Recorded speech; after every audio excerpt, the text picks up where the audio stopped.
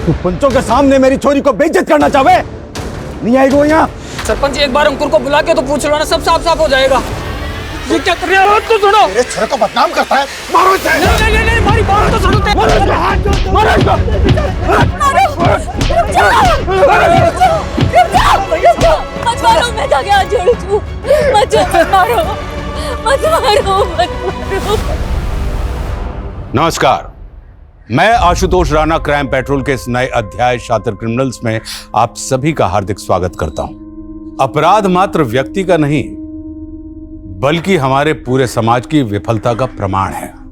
स्त्री के अपने गुण होते हैं और पुरुष के अपने गुण होते हैं, लेकिन जब से समाज ने औरतों को पुरुषों से कम आंका है, तब से लेके आज तक औरतें अपने बराबरी के हक के लिए संघर्षरत हैं। औरतों के साथ हो रहे अत्याचार कहीं ना कहीं पुरुष की मानसिकता का घोतक है कि वो औरत के साथ कुछ भी कर सकता है और औरत उसका कुछ भी नहीं बिगाड़ सकती। आखिर कौन था वो अपराधी जो भरी दोपहर अपने अपराध के लिए उपयुक्त जगह का चुनाव करता है और फिर बेखौफ होकर एक महिला को उस जगह ले जाकर अपनी हवस का शिकार बनाता है? कहां से आता है ऐसा दुस्साहस? कहीं ऐसा तो नहीं कि ऐसे दरिंदों के सर से कानून का खौफ खत्म हो गया है, या औरतों पर होती दरिंदगी की खबरों को सुनते सुनते इन अपराधियों ने ऐसे कुकर्मों को अपना हक समझ लिया है?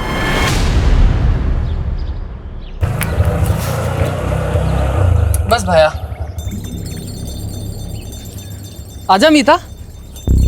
ले भैया, ये भी ले, मिठाई लीजिए छोरा भाई। हाँ चल मीता, आज गृह प्रवेश है ना थारो? अच्छा रुक रुक रुक रुक, एक मिनट,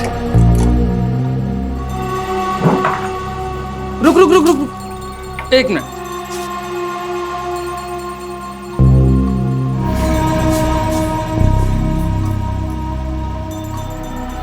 चल आजा।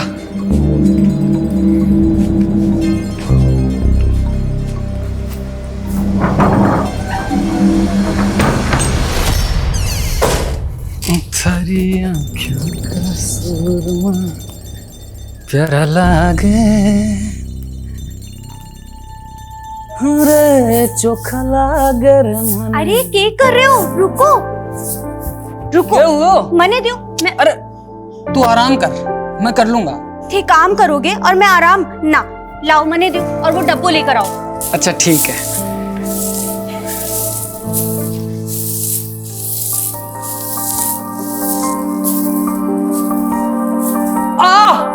कहीं हुई हो?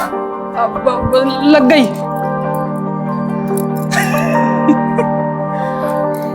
क्या कर रहे हो? कोई आ जाएगा।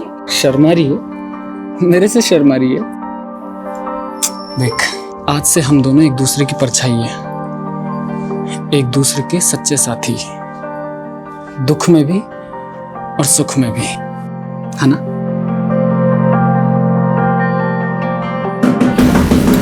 कोई आ गया। कौन है? हमारे को मालूम है आप लोग नाराज हो हमारे से, पर इसमें हमारी कोई गलती नहीं है। मैंने तो बस प्रीति की मदद की सरपंच जी के छोरे अंकुर के साथ भागने में।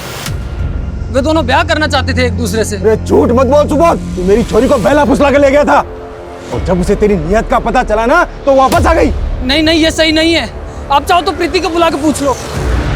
तू पंचों के सामने मेरी छोरी को बेइज्जत करना चाहे? नहीं आएगी वो यहाँ। सरपंच एक बार अंकुर को बुला के तो पूछ लो ना, सब साफ साफ हो जाएगा।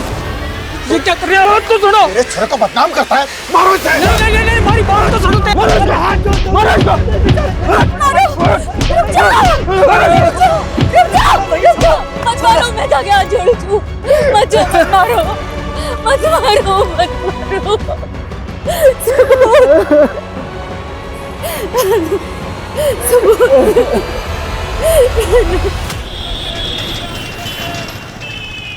रेनू, तुम्हारी भाग्य रेखा देखी मैंने, पक्का कोई लॉटरी लगने वाली है। कुछ भी अनशन मत बोला। अरे अंडरस्टैंड नहीं बोल रहा हूँ, सच बता रहा हूँ। एक सेकंड दो, ये देखो, ये जो रेखा है ना, इसमें साफ लिखा है कि तुम्हारी बहुत तेज चल रहा है। हीरो समझते हैं अपने आप को? कौन है भाई आप? बताओ तुझे कौन है? क्या कर रहे हो ये?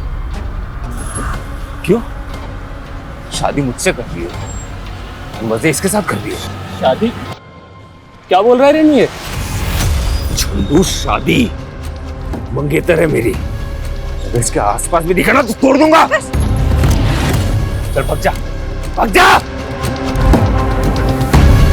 चल घर ड्रॉप कर देता हूं, चल ऑटो। इसमें रोने की क्या बात है रेणु? सही तो कहा आकाश ने, तेरा होने वाला पति है वो। अगर तुझे इस तरह से सड़क पर किसी के साथ हंसते बोलते देखेगा तो गुस्सा तो आएगा उसे। पापा आप उसकी साइड ले रहे? मैं किसी की साइड नहीं ले रहा हूं, मैं हकीकत की बात कर रहा हूं। और अब तू ये ऐसे छोटी छोटी बातों पे आंसू बहाना बंद कर। तू तो शादी करके चली जाएगी, तेरे बाद मुझे रागनी के लिए भी तो लड़का देखना है। पापा लेकिन उसने तेरा दुखड़े सुनने का वक्त नहीं है मेरे पास। अब जैसा आकाश कहे वैसा ही कर तू, मेरे पर शिकायत नहीं आनी चाहिए। हाँ, और सुन, अभी फोन कर आकाश को और माफी मांग अभी।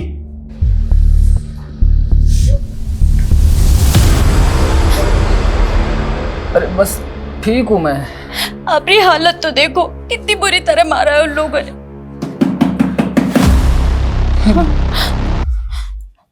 मैं नहीं नहीं नहीं, मैं जाऊँ।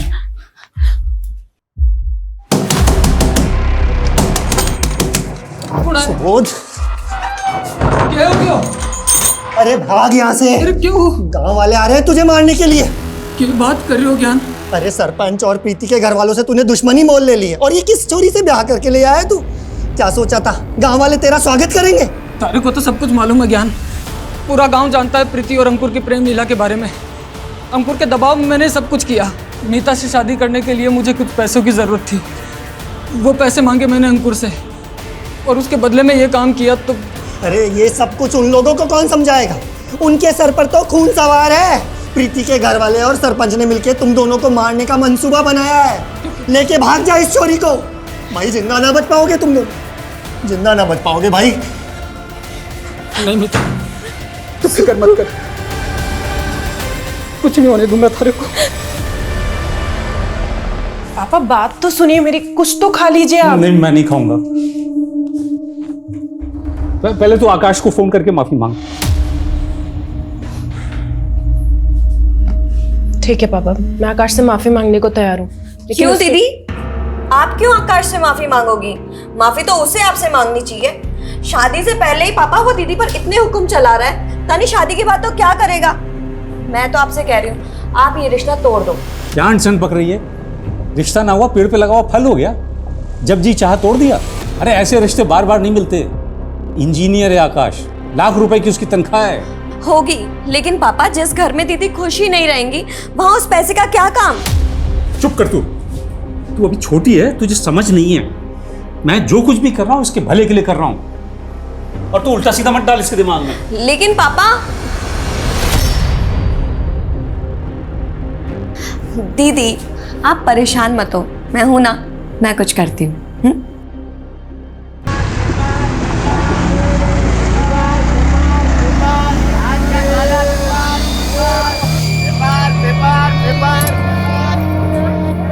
लो भैया,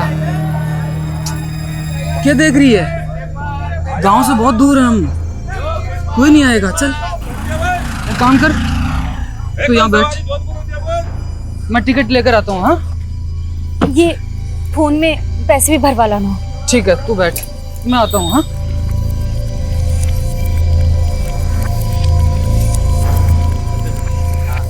छोड़ूंगा नहीं। क्या नहीं छोड़ेगा? है हलवा समझा है क्या? आपकी वाला तो हाथ लगा के दिखा तो मेरे को, सारा मेरे को धक्का दे रहा। मेरा मोबाइल चुराता है, मेरा मोबाइल चुराता है, मेरा मोबाइल चुराता है।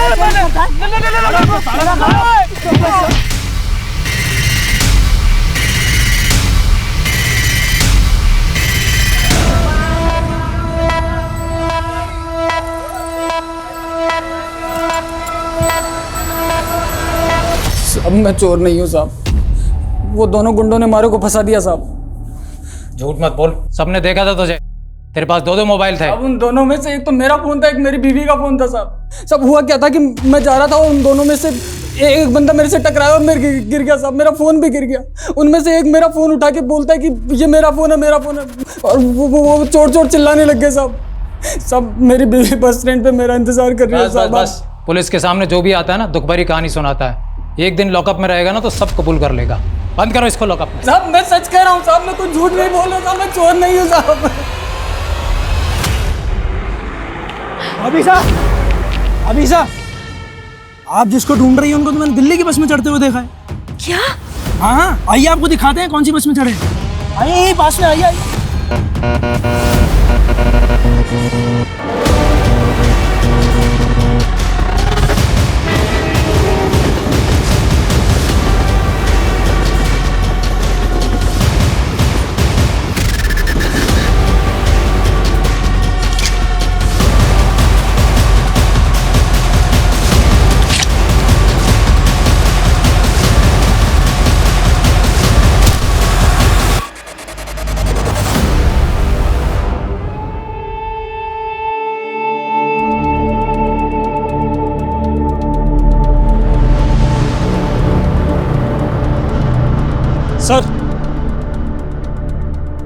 सर ये खून से सना हुआ चाकू मिला है, शायद यही मर्डर वेपन है। विक्टिम का चेहरा बुरी तरह से बिगाड़ा गया है, शायद इसलिए ताकि शिनाख्त ना हो सके।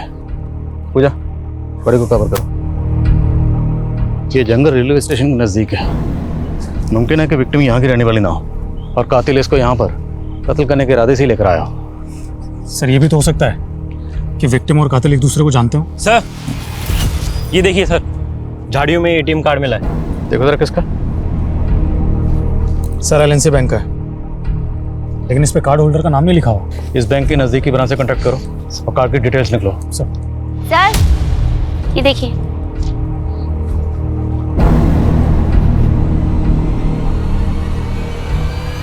माँ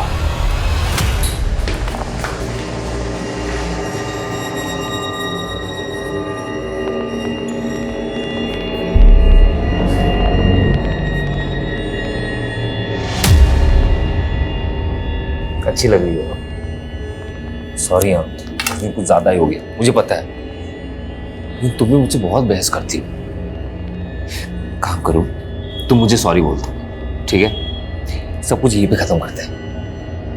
आकाश सॉरी। इट्स ओके, आगे से ना। लेकिन मैं तुमसे शादी नहीं कर सकती, मैं किसी और से प्यार करती हूँ।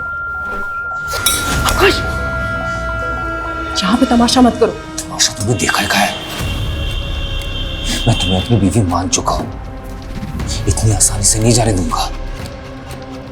किसकी वजह से मुझे छोड़ रही हो? उस चंदू की वजह से। काट के लाके रख दूंगा मैं। आकाश जबरदस्ती तुम मुझे हासिल नहीं कर सकते। अच्छा यही होगा कि मुझे भूल जाओ। प्लीज मुझे मेरी जिंदगी अच्छे से जीने दो।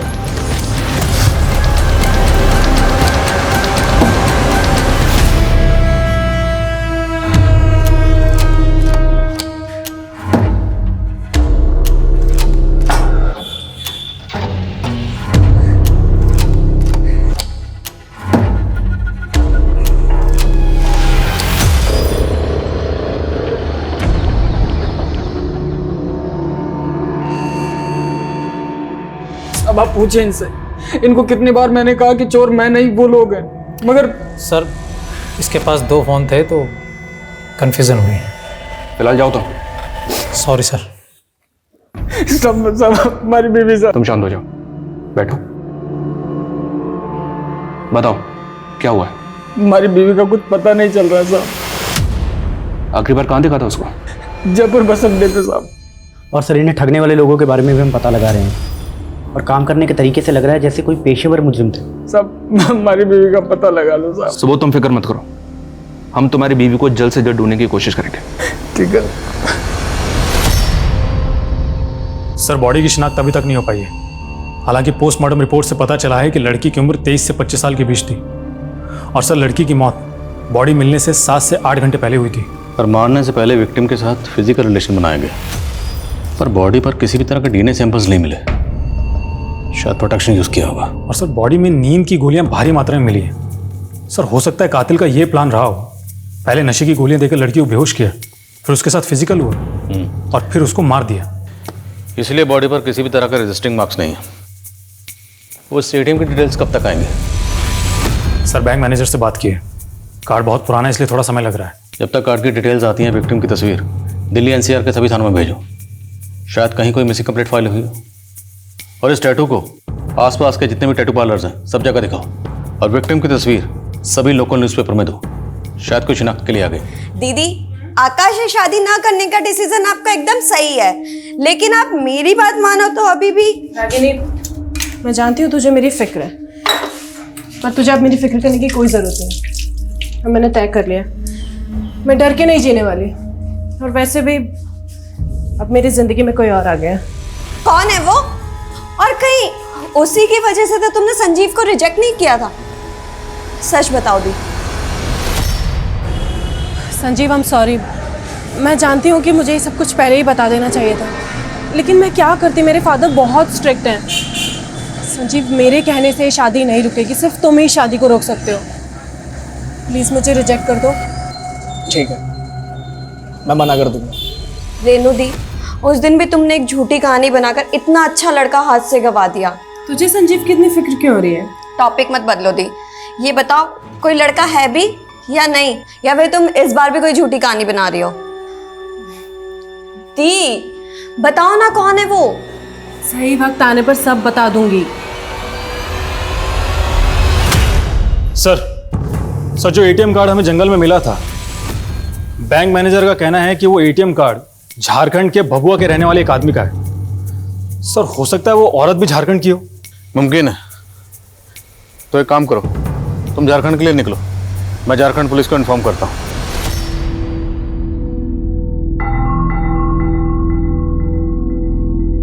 रेणु, कहाँ है तू? इधर आ, बाहर आ। जी पापा, क्या हुआ? क्या है ये? हैं? राजेश कौन है ये? पापा, राजेश मेरे पति का नाम है। क्या? तूने सच में शादी कर ली? कोई शादी वादी नहीं हुआ है अंकल। कह तो रहा हूं आपसे, सर्टिफिकेट नकली है ना? नहीं पापा, ये सर्टिफिकेट एकदम सच है, मेरी वाकई में शादी हो गई है। क्या है ये? अंकल आप दुखी मत हो, देखो आप शादी की तैयारी करो, मैं हूं ना, इसे तो मैं संभाल लूंगा। तुझ जैसे गुंडे से कभी शादी नहीं करूंगी। निकल जा मेरे घर से बाहर, निकल जा बाहर जा। अंकल, तेरी शादी आकाश से ही होगी। सॉरी आकाश। अरे अंकल आप माफी क्यों मांग रहे हैं? प्लीज बुरा मत मान। नहीं अंकल आप टेंशन क्यों ले रहे हैं? मैं कह तो रहा हूँ आपसे, मैं संभाल लूंगा सब कुछ। अब शादी की तैयारी की क्या कर रहे हैं रेणु? मुझे मारेगी? मार।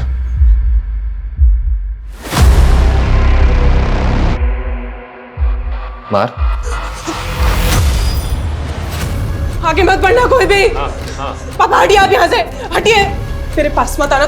ठीक है, मुझे मेरी मरी हुई माँ की कसम है, अगर मेरे कोई पास आए तो मैं अपनी नस काट लूंगी। नहीं रेणु, क्या कर रही है? रेणु, कहाँ जा रही है? पापा आप मुझे कभी समझ ही नहीं पाए।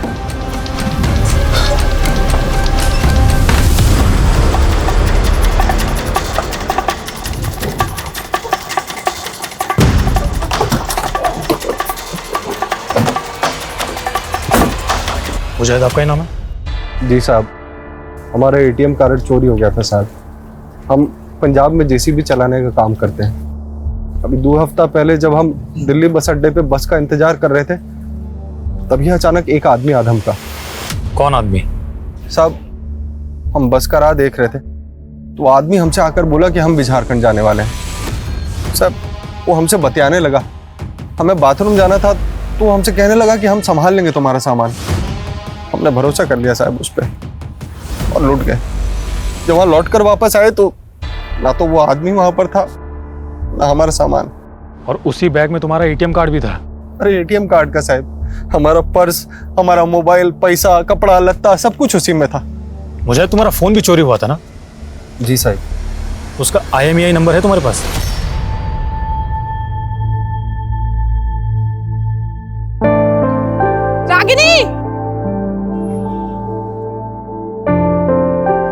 रागिनी रुक ना रही हूँ। रागिनी, रागिनी, अच्छा वो तुम मिल गई। रागिनी मैं कल दिल्ली जा रही हूँ। मुझसे बात मत करो तुम। Ragini I am so sorry, पर तू ही बताना मैं क्या करती। वो उस आकाश से शादी करके अपनी जिंदगी तो नहीं बर्बाद करती ना? पर मेरी कर दी ना। मतलब तुम तो चली गई, पर तुम्हारे किए की सजा मुझे भुगतनी पड़ेगी। रागिनी एक मिनट, साफ साफ बता हुआ क्या है? आकाश बेटा, हाँ बाबा, मुझे माफ कर दे, मैं अपना वादा पूरा नहीं कर पाया। देखिए, जैसे हाथों की सारी उंगलियां एक जैसी नहीं होती, वैसे ही सारी औलादें एक जैसी नहीं होती। आप अपना वादा पूरा कर सकते हो अभी भी। मैं रागिनी से शादी कर लूंगा, अगर आपकी इजाजत हो तो। बिल्कुल बिल्कुल, बहुत अच्छी बात कही तो। रागिनी, तू करेगी ना आकाश से शादी? तू आकाश से शादी करेगी? ये सब तुम्हारी वजह से हो रहा है। रागिनी, रागिनी मेरी बात तो सुन।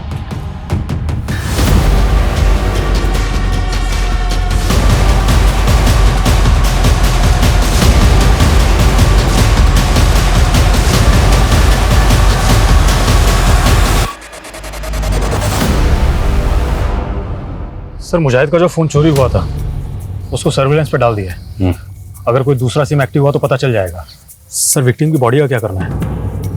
डॉक्टर का कहना है कि बॉडी तेजी से गल रही है। डॉक्टर से बॉडी का डीएनए प्रिजर्व करने के लिए कहा और उसके बाद अंतिम संस्कार करवा दो। और विक्टिम की तस्वीरें दी थी अखबार में, उसे भी कुछ पता नहीं चला? सर, फिलहाल तो नहीं।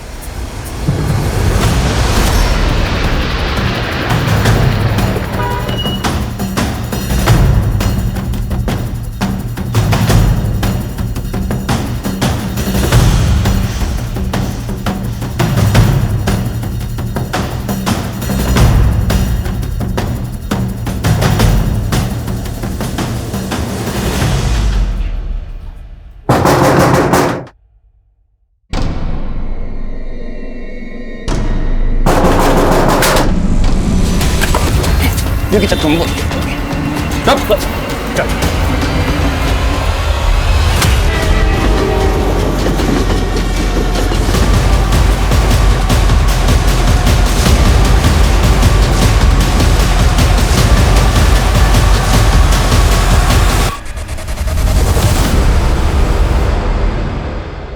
साहब मारो बच्चा, आप सच कह रहे हैं। हमने उसकी बीवी के साथ कुछ नहीं किया। उसको तो 2 लोग उठाकर ले गए थे साहब। कौन था वो आदमी? साहब हमें नहीं मालूम वो आदमी कौन था। हम मानते हैं कि हमने उस दिन सुबोध को ठगा था। लेकिन साहब, जब हमने सुबोध की बीवी को देखा तो हमारे मन में लालच आ गया और हमने एक और प्लान बनाया। अभी साहब, आप जिसको ढूंढ रही हैं उनको तो मैंने दिल्ली की बस में चढ़ते हुए देखा है। क्या कह रहे हैं आप? अरे हाँ, वही ना हल्की पीली शर्ट वाला आदमी ना। वो तो भाभी साहब 12:20 की बस से दिल्ली चला गया। अरे मैंने ही तो टिकट काटा था उसका। ये हाँ, सुबोध नाम था ना उनका। हाँ, पर ये मारे को अकेला छोड़कर कैसे जा सकते हैं? भाई साहब, मारे को अभी दिल्ली जाना है। भाभी साहब, आज तो कोई बस है नहीं, कल जरूर मिल जाएगी दिल्ली की बस आपको। कल चले जाना। पर मैंने तो अभी जाना है। आप फिक्र मत करो, आपको दिल्ली जाना है। शाम को यहाँ से टैक्सी जाएगी, वो मेरा दोस्त ही है, छुड़वा देते हैं आपको। वो बोली थी, आसानी से मेरी बातों में भी आ गई। नहीं है, अच्छा दोस्त है मेरा। छोड़ो, मैंने कुछ नहीं किया। अरे छोड़ो। वो आदमी कौन था हमें नहीं मालूम। मैंने उसकी गाड़ी का नंबर का फोटो लेने की भी कोशिश करी, लेकिन नंबर साफ नहीं था साहब। साहब मानते हैं कि हमने उस लड़की को बेचने का प्लान बनाया था, लेकिन वो आदमी उसको किडनैप करके ले गया। और कहाँ लेके गए साहब हमें नहीं पता साहब। नहीं मालूम साहब, हम सच बोल रहे हैं साहब। लेकिन हमें पता है कि तुम दोनों के मुंह से सच कैसे उगलवाना है। साहब, मीता को अगवा किसने और क्यों किया था, ये अब तक पता नहीं चला था। अनुज के मुताबिक मीता को अगवा करने वाला शख्स नकाबपोश था, लेकिन क्या अनुज जैसे शातिर अपराधी की बात पर यकीन किया जा सकता है? दूसरी ओर रेनू और रागिनी, इन दोनों बहनों की कहानी से भी पर्दा उठना अभी बाकी है। यार चांदनी, थैंक यू सो मच। तुम नहीं होती ना अगर, तो ये जॉब मुझे कभी नहीं मिल पाती। कितनी बार थैंक्स बोलेगी? दोस्त भी बोलती है और थैंक्स भी बोलती है। चल मेरा घर आ गया, कल मिलते हैं। Okay, bye bye bye.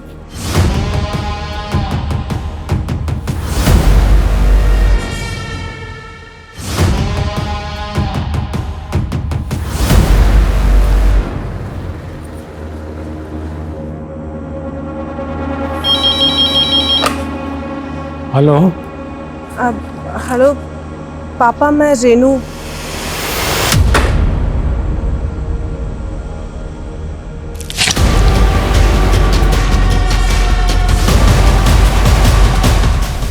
लेकिन साहब, हमारी बीवी को कोई किडनैप क्यों करेगा साहब? सुबोध, हम भी पहले ऐसे ही सोच रहे थे और इसीलिए उन दोनों के साथ हमने सख्ती भी की, पर वो दोनों अपनी अपनी बात पे अड़े हुए हैं कि उन दोनों ने मीता के साथ कुछ भी नहीं किया।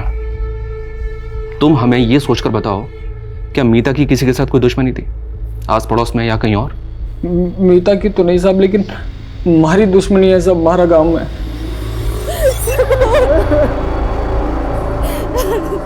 वो लोग मार देते साहब हमारे को जान से। तो तुम्हें लगता है कि प्रीति के फादर विजय और गांव का सरपंच मीता को अगवा कर सकते हैं? धोखा और दुश्मनी इंसान आसानी से नहीं भूलता साहब। कहीं उन लोगों ने हमारी मीता को। तुम चिंता मत करो, फिलहाल तुम घर जाओ, जैसे ही कुछ पता चलेगा हम तुम्हें बता देंगे। ठीक है साहब। शर्मा, इस सुबोध के गांव जाकर हमें इंक्वायरी करनी होगी। हो सकता है कि वहां से मीता के बारे में हमें कोई पुख्ता लीड मिले। साहब, इंसान को पहचानने में मौत खा गया मैं। वो आकाश जिसे मैंने अपने बच्चों से ज्यादा माना, कातिल निकला। पापा, पुलिस ढूंढ रही है उसे, और अच्छा ही हुआ कि रेनू दीदी हम सबको छोड़कर चली गई, वरना उनकी जिंदगी तो बर्बाद हो जाती।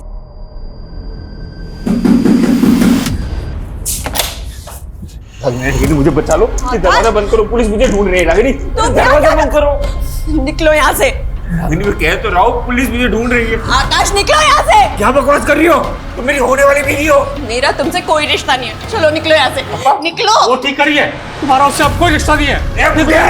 तेरा भी पढ़ निकला है क्या? छोड़ो पापा को, आकाश छोड़ो। मैं इस घर से नहीं जाऊंगा। मैं भी देखता हूँ कौन मुझे तो इस घर में नहीं रखता। मैं भी देखता हूँ कौन निकालता। बाहर जा। यहाँ मत रुक। नहीं, नहीं रह सकता। निकलो यहाँ से, वरना जान से मार डालूंगी। निकलो यहाँ से। छोड़ूंगा नहीं तुझे।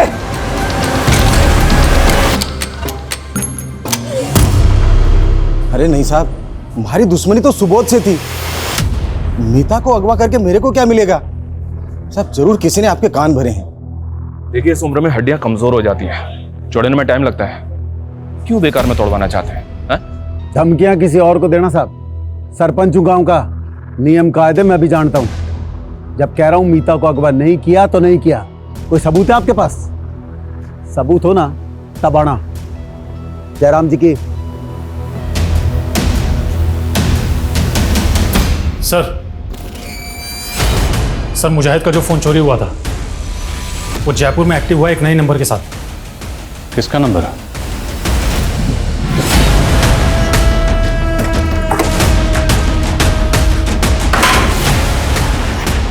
शुभम। हाँ। अरे लेकिन लेके चलो सर। अरे मैंने किया क्या है? लेकिन मारे को मत मारो साहब जी, मैं सब बता रहा हूँ। आपने मैंने वो फोन एक मोबाइल की दुकान से खरीदा था। वो आदमी सेकंड हैंड फोन बेचता है। वो फोन तुमने कौन सी दुकान से खरीदा था? अरे चल निकल। क्या होगा साहब? अरे बात क्या है? मैं बताता हूँ। साहब मैं मानता हूँ कि मैंने चोरी का फोन बेचा है साहब, लेकिन ये कत्ल वतल से मेरा कोई लेना देना नहीं है साहब। किसको बेचा? अरे साहब, दिन में 10 लोग आते हैं, 10 फोन बेचता हूं। 10 लोगों के चेहरे याद कर और बता किस किस को बेचा था। तेरी दुकान में सीसीटीवी तो है ना? हाँ, पर वो खराब है साहब। अब अगर तुझे खुद की जान बचानी है तो जिसको फोन बेचा था उसके नाम और चेहरे याद कर। नहीं साहब, मैं चेहरे याद करता हूँ। और वो आप लोग क्या बनवाते हैं? स्केच प्रशांत, जो भी स्केचेस बनवाए उन्हें मुजाहिद से वेरीफाई करो। जी सर, मेरे ख्याल से लड़की की पहचान करवाने की हमें फिर से कोशिश करनी चाहिए। सर, एक बार फिर से अखबार में फोटो दे दो। तो इस बार विक्टिम और उसके हाथ में जो टैटू है उसकी तस्वीर दिल्ली के अलावा देश के बाकी अखबारों में छुपो, शायद शनाख्त हो पाए। सर।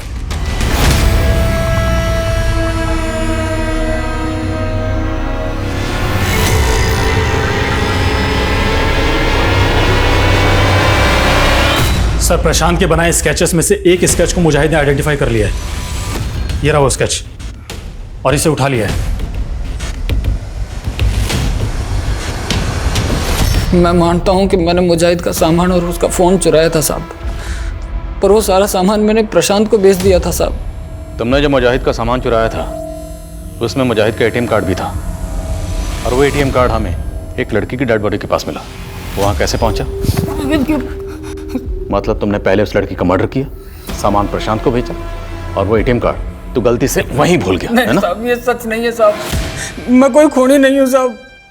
मारे को तो ये चोरी भी मजबूरी में करनी पड़ी थी साहब। एक हफ्ते पहले मारे को भी वहीं पर लूटा था किसी ने, उसी जगह पर। हमारे पास तो जयपुर आने का भी पैसा नहीं था साहब, और मजबूरी में मारे को भी वही जुल्म करना पड़ा जो हमारे साथ हुआ था। इस टैटू को देख और बता, तूने ये टैटू किसी लड़की के हाथ में देखा था? नहीं साहब। अगर ये सुबोध सच बोल रहा है तो हमें इस केस को रीलुक करना पड़ेगा। हमसे कहीं ना कहीं कोई ना कोई चूक तो हुई है। सर, सुबोध का स्टेटमेंट वेरीफाई करने के लिए मैंने प्रशांत को पुलिस स्टेशन बुलाया था, लेकिन उसका फ़ोन बंद आ रहा है। सर, प्रशांत का घर और दुकान दोनों जगह चेक किया, दोनों जगह ताले लगे हुए हैं। खबरियों को काम पे लगाओ, लेकिन ढूंढो इस प्रशांत को। जी सर। इस प्रशांत ने भागकर कम से कम इतना तो साबित कर दिया कि इसका इस केस से कोई ना कोई ताल्लुक तो है। सर, खबरियों ने पता लगाया है कि मीता को जीबी रोड के एक ब्रोथल में बेचा गया।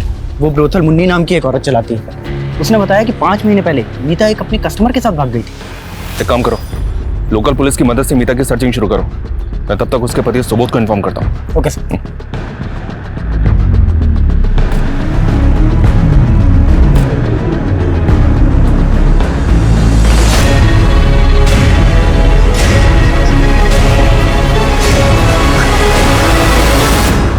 मेरी बेटी रागनी ही है, उसके हाथ में ही ऐसा टैटू बना था। वो अपनी बहन रेनू को ढूंढने यहाँ दिल्ली आई थी। मुझे क्या पता था एक बेटी की तलाश में दूसरी बेटी भी खो दूंगा। रागनी का फोन स्विच ऑफ है। क्या आपके पास आपकी बड़ी बेटी रेनू का फोन नंबर है? मुझे उसका पुराना नंबर याद है। नंबर बताइए। सर, रेनू का फोन स्विच ऑफ आ रहा है, लेकिन मोबाइल कंपनी से पता चला है कि उसने नंबर लेने के लिए इलेक्ट्रिसिटी बिल सबमिट किया था, जिस पर फरीदाबाद का एड्रेस है। फरीदाबाद? जी सर। सर, जब वहाँ पहुँचे तो मालूम चला कि रेनू फरीदाबाद से जयपुर जा चुकी है।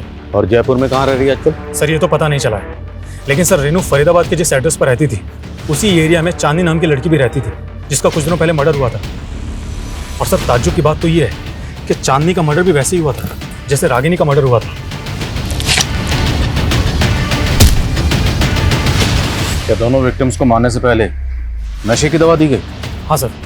और सर, इतना ही नहीं, दोनों लड़कियों का रेप भी हुआ था, और चांदनी की लाश भी रेलवे ट्रैक के पास के जंगलों में मिली थी। अच्छा, ये रागनी और चांदनी क्या दोनों एक दूसरे को जानते थे? नहीं सर, लेकिन चांदनी रागिनी की बहन रेनू की बहुत अच्छी दोस्त थी। रेनू की बहन रागनी का कत्ल ठीक उसी तरह से हुआ जैसे रेनू की फ्रेंड चांदनी का। माजरा क्या है? सर, कम है sir, Ragini call records. Sir, call records में एक नंबर ऐसा मिला है जिससे रागिनी रेगुलरली टच में थी। किसका नंबर है? सर, नंबर तो फेक डॉक्यूमेंट से कर लिया गया है, लेकिन जिस फ़ोन में ये नंबर यूज़ हो रहा था वो डबल सिम स्लॉट वाला फ़ोन है। तो जाहिर सी बात है इस दूसरे सिम के डॉक्यूमेंट्स भी फेक ही होंगे। जी हाँ सर, लेकिन सर इंटरेस्टिंग बात तो ये है कि ये जो दूसरा सिम कार्ड है ये किसी और फ़ोन में एक्टिव था। ये हमारा पहला फ़ोन है जो कि डबल सिम स्लॉट वाला है। ये पहला सिम बंद है, और ये जो दूसरा सिम है ये किसी दूसरे मोबाइल में एक्टिव है, और ये दूसरा फ़ोन भी डबल सिम स्लॉट वाला है। जब हमने इसके IMI नंबर को ट्रेस किया तो पता चला कि इसमें एक तीसरा सिम यूज़ हो रहा था, और ये तीसरा सिम अब किसी और फ़ोन में एक्टिव है। और सर, ये सिम जिसके नाम पर रजिस्टर्ड है उसके बारे में पता चल गया है। कौन है वो? हमारी बात को भरोसा करो साहब, वो चोरी का फ़ोन था जो मैंने प्रशांत से खरीदा था। अब उसके पहले किसने इस्तेमाल किया, कब किया, मैंने क्या मालूम साहब। एक बार तुम पर भरोसा करके गलती कर चुके हैं, लेकिन वो गलती दोबारा नहीं दोहराएंगे। मर्डर केस है। जिस लड़की का कत्ल हुआ ना, उसकी एक नंबर पर लगातार बात होती थी, और जिस नंबर पर बात होती थी और जिस मोबाइल इंस्ट्रूमेंट में वो सिम इस्तेमाल होता था, उस मोबाइल इंस्ट्रूमेंट के तार तेरे मोबाइल से जुड़ रहे हैं। इस बार सीधे सीधे पूछो, सीधे सीधे बता दे। अगर नहीं बताएगा ना तो उल्टा लटकाएंगे, और इस बार इतना मारेंगे। हाँ तो मारो ना साहब, मारो, लेकिन सच यही है साहब कि किसी खून से मेरा कोई लेना देना नहीं साहब। हमारी तो किस्मत ही खराब है, जो ये सारे दुख और ये मुसीबत एक साथ हमारी किस्मत में आ लिखे। और साहब अगर आप बोल रहे हो कि मैं खूनी हूं तो हमारी बीवी मीता को खूनी कौन है साहब? मतलब आप साहब बोल क्या कहना चाहता? साहब मेरी बीवी मीता का खून हो गया था साहब, और मैंने जयपुर थाने में रिपोर्ट भी लिखवाई है। आप चाहो तो पता कर लो। तो बहुत बुरी खबर है तुम्हारे लिए। तुम्हारी बीवी मीता को दिल्ली में एक कोठे पर बेचा गया था। हम उसे ढूंढ ही रहे थे कि हमें उसकी ये फोटो मिली। पानीपत में उसकी लाश मिली हमें। किसी ने उसका गला दबा के मार दिया था उसे। सर मुझे नहीं लगता सुबोध खूनी हो सकता है। मैंने पता किया है, इसकी वाइफ का मर्डर हुआ था और ये बात सच है। हालांकि चांसेस कम है, पर फिर भी क्वेश्चनिंग करते रहो। प्रशांत के बारे में कुछ पता चला? सर तलाश जारी है। ढूंढो उसे। सर साला भी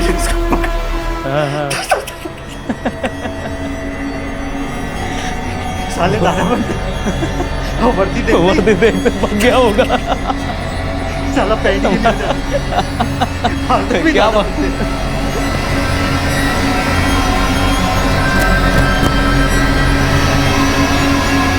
भाई 2 मिनट जोर से लगी है। सुखराम जल्दी आओ। खुद को मारने की कोशिश की इसने। एम्बुलेंस बुलाओ जल्दी।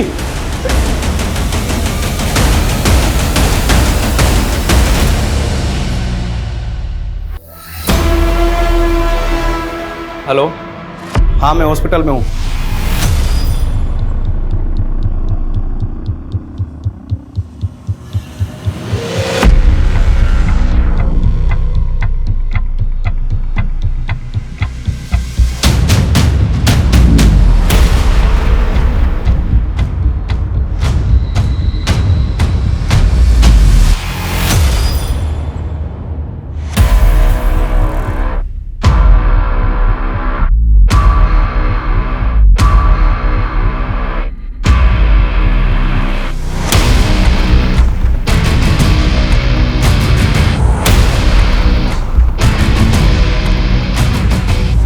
पुलिस की नजरों में अब भी प्रशांत और सुबोध दोनों संदिग्ध थे। पुलिस ने सुबोध की फोटो कई रीजनल अखबारों में छपवाई।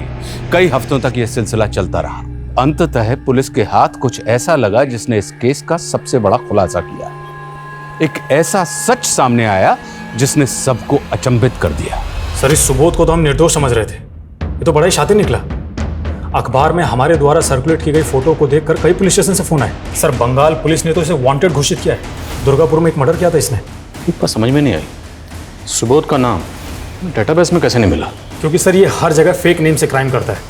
बंगाल पुलिस में बादल नाम से केस रजिस्टर्ड है, बिहार में विनोद और एमपी में रघुराम। सर बंगाल केस में सुबोध ने एक फेक आइडेंटिटी क्रिएट की थी। अंजना नाम की एक लड़की को जंगल में ले जाकर नशे की दवाइयाँ दी, उसके साथ रेप किया और उसका मर्डर कर दिया। एक आई विटनेस की वजह से पकड़ा गया और 2 महीने तक जुडिशियल कस्टडी में था। सर जेल के इंचार्ज से मेरी बात हुई। उसका कहना है कि सुबोध जेल में चार्ल्स शोभरा जैसे सीरियल किलर्स की किताबें पढ़ता था और दूसरे कैदियों को भी सीरियल किलर्स की कहानी सुनाता था। Serial killer? इस सुबोध की दिमागी हालत मुझे कुछ ठीक नहीं लग रही। सर जेलर को भी यही लगता था, तो उन्होंने साइकेट्रिस्ट को कंसल्ट किया और साइकेट्रिस्ट का कहना था कि सुबोध सेक्स एडिक्ट है और उसके लिए वो मर्डर भी कर सकता है। अच्छा इसकी जमानत तो हुई नहीं होगी, फिर ये छूटा कैसे? सर सुबोध ने वही तरीका वहाँ अपनाया जो उसने यहाँ अपनाया था। सुसाइड का नाटक करके अस्पताल में भर्ती होकर चकमा देकर भाग गया। अच्छा सुबोध ने बंगाल के अलावा और कहाँ मर्डर किए? सर सुबोध ने कुल 11 मर्डर किए हैं अलग अलग नाम से, और सब में विक्टिम औरतें थी। गुजरात, मध्य प्रदेश, पंजाब, हरियाणा में भी मर्डर किए सुबोध ने। तो मतलब अगला मर्डर ये दिल्ली में नहीं कहीं और करेगा। ये कहीं ना कहीं तो अगले शिकार की तलाश में होगा। वर्मा इससे पहले ही किसी और मासूम को अपना शिकार बनाए, ये सुबोध मुझे सलाखों के पीछे चाहिए। सर हेलो,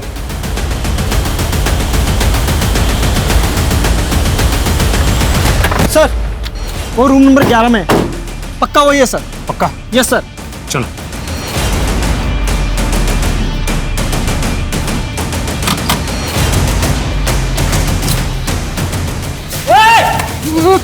सुबोध बहुत घुमा लिया तूने हमें, अब पुलिस स्टेशन चलने का समय आ गया। लेके चलो इसे। खूब दौड़ाया ना आप लोगों को,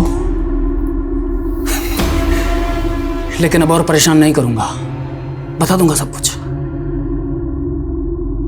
हमारी मीता, जिसको उन कमीनों ने धंधे पर बैठा दिया था, आपको तो पता ही चला होगा ना? पता है हमें। हमारी बीवी मीता अपने किसी कस्टमर के साथ भाग गई थी। अरे वो कस्टमर में ही तो था, पहले भगा के ले गया उसे और मार दिया। फिर क्यों मारा मीता को? मैली हो गई थी ना साहब। मीता की मौत के बाद मानो मन नया जन्म मिल गया हो। सालों तक लोगों ने सताया हमारे को, पर अब हमारी बारी थी। रेणु कहाँ? यहीं दिल्ली के त्रिनगर में शादी की थी उससे मैंने। रेणु की बहन रागिनी, उसे क्यों मारा? रेणु के साथ उसे मार्केट में देखा था मैंने। रागिनी बड़ी पसंद आई थी मैंने, लेकिन रागिनी से पहले रेणु की सहेली चांदनी से मिला मैं। उसके खूब मजे लिए मैंने, फिर मार दिया उसे। और बाद में मुझे पता चला कि रेणु रागिनी को बार बार फोन करती थी, और वहीं से रागिनी का नंबर चुराया मैंने, और फिर रेणु से मिलने के बहाने उसे दिल्ली बुला लिया। बस बस भाया। यहाँ पर किस लिए? यहीं से जाना पड़ेगा, वो पूरा घूम के जाएंगे तो टाइम लग जाएगा ना।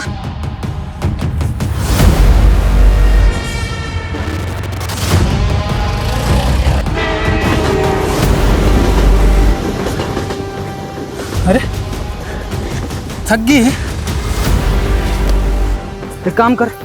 और कितना दूर जाना है? ये जूस पी ले, पी ले, पी ले। और पी ले।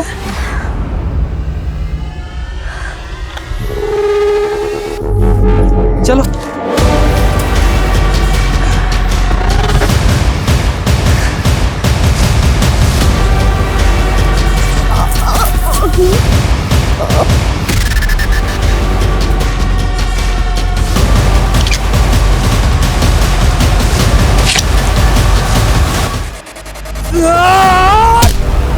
ये सब वैश्यपना क्यों करता था?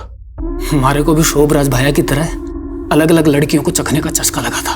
तूने सभी विक्टिम्स को किसी रेलवे स्टेशन के पास वाले जंगल में ले जाकर मारा, और वहां ले जाकर मारने से पहले तूने नशे की दवाई देता था। कहां से सीखा ये सब? अभ्यास किया था साहब, खूब पढ़ता था मैं जेल में। और इतना ही नहीं, प्रोटेक्शन यूज करता था हर बार, ताकि आप लोगों को कोई सबूत ना मिले।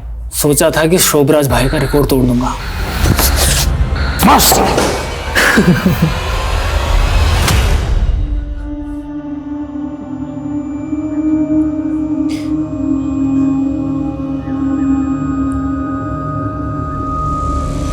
सुबोध ने अपने स्टेटमेंट में जो खुलासे किए थे वो काफी चौंका देने वाले थे। सुबोध एक कुख्यात अपराधी के किस्सों और कारनामों से काफी प्रभावित था।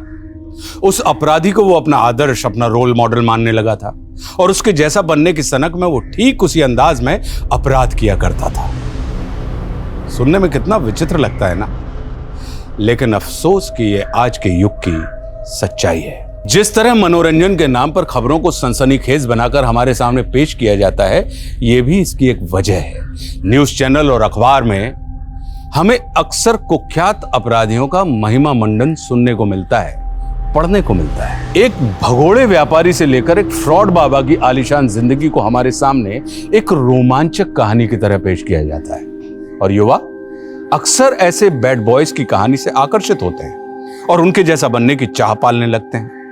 वो ये सच नजरअंदाज कर देते हैं कि इन सभी शातिर अपराधियों की जिंदगी सिर्फ एक छलावा मात्र है और कुछ नहीं। यह अत्यंत आवश्यक है कि आज का युवा अपने आदर्श सोच समझ कर चुने। अब मैं आशुतोष राणा विदा लेता हूं आपसे। हम फिर से मिलेंगे एक ऐसी ही कहानी के साथ जो आपको रखेगी सतर्क और जिंदगी को सुरक्षित। तब तक अपना और अपने परिवार का ख्याल रखिए और देखते रहिए क्राइम पेट्रोल सतर्क। जय हिंद।